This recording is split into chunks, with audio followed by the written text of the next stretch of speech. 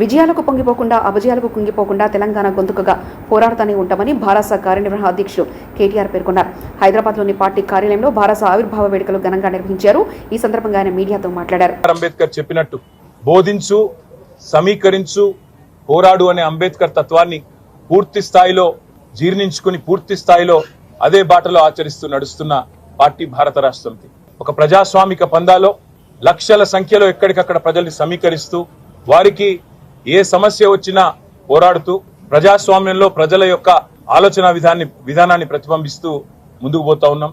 24 సంవత్సరాలలో ఈరోజు నిండుతున్న సందర్భంగా నేను మా గులాబీ సైనికులు, మా అన్నదమ్ములు, ఆడబిడ్డలు, ముఖ్యంగా మాకు అఖండమైన ప్రేమను, అపారమైన విశ్వాసాన్ని నింపిన తెలంగాణ ప్రజలకు శతదా సర్వదా పాదాభివందనం చేస్తూ వారికి రుణపడి ఉంటామని చెప్తూ మీ తరపున మీ గొంతుకై కొట్లాడుతూనే ఉంటాం. అప్పుడప్పుడు కింద పడవచ్చు, అప్పుడప్పుడు పైన ఉండవచ్చు. విజయాలకు పొంగిపోము, అపజయాలకు కుంగిపోము.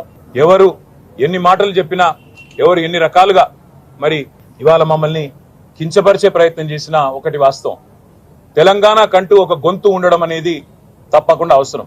స్వీయ రాజకీయ అస్తిత్వమే శ్రీరామ రక్ష అనే మాట ప్రొఫెసర్